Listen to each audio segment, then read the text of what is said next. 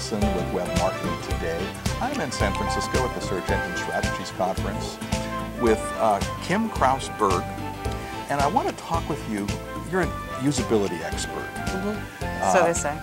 Yeah, and usability basically is figuring out how to make your website intuitive so a person doesn't get frustrated trying to accomplish what they want to while they're at your site. And one of the things that a small business person can do inexpensively is a simple usability test of sitting someone down in a chair in front of a computer that has your website there. And I want you to tell us how to do this. What are kind of the rules of doing this so that you get you can learn what you want to learn out of it. So you've got a person. This has to be hopefully one of your target audience people, and you put them down in a chair in front of a computer screen with your website in front of them. Is that where you start? Okay. So what's next? The next thing is you want to assign them a task. You want to give them a task, and preferably, when you design a website, there's usually, especially on the home page and some of the landing pages, because you can test landing pages this way too, there should be a goal task, something that you want your user to do when they get to that web page. The home page can be a little bit more confusing, but for example, say you are selling products. Say you're selling jewelry. Somebody wants something in a certain price range. They know what they're looking for. Tell them to go find it and watch that process. So you would say, go and find a ring in the price range of $50 to $75 and purchase it. Right. That kind of a task? Right. It doesn't even have to be that detailed. You could start with something like search for. Okay. But what happens is if you give them just a little bit more criteria to the task, that's when you find out what you're really missing. Like one of the first things people want to know is, how do I search by price? And if they can't do that, that's a big clue if it's one of the things that they look for. Now, in preparing these tasks, should you have 4 or 5 or 6 of these thought out ahead of time, written down?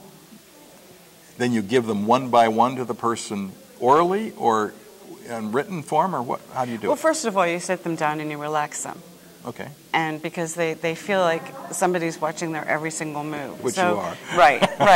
And, so you sit them down, you relax them and say, just, pretend I'm not even here, pretend you're home or in your favorite environment, and assign them the task and be quiet. Don't have any dialogue with them during the process. That's one of the keys. People often make a mistake. They want to say, well, this is what you do. Right. I do this kind of thing with clients all the time. And they're like, well, Kim, you have to go there.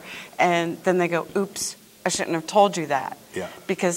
And that just defeats the purpose. So you have to be very quiet and ask them for verbal feedback as they're going through, and that's an interesting part. People aren't used to talking about why they've chosen something. So in your instructions you say, if you remember, tell me, or just talk about why I pushed that button or why I went here instead of there, and what was it about this that you liked versus that. And you can either record that or you can write it down, take notes. Some people will videotape it. That would make a lot of people a nervous wreck. So I just try to, just be very relaxed about it. And part of I think the learning process for the small business person is if they can see frustration, they get it. Yeah.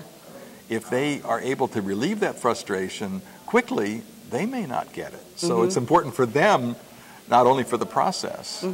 Well, there's one of the more recent questions that people have is, where do I put my social media icons, the Facebook, the Twitter, whatever. And oftentimes I put them too close to a task.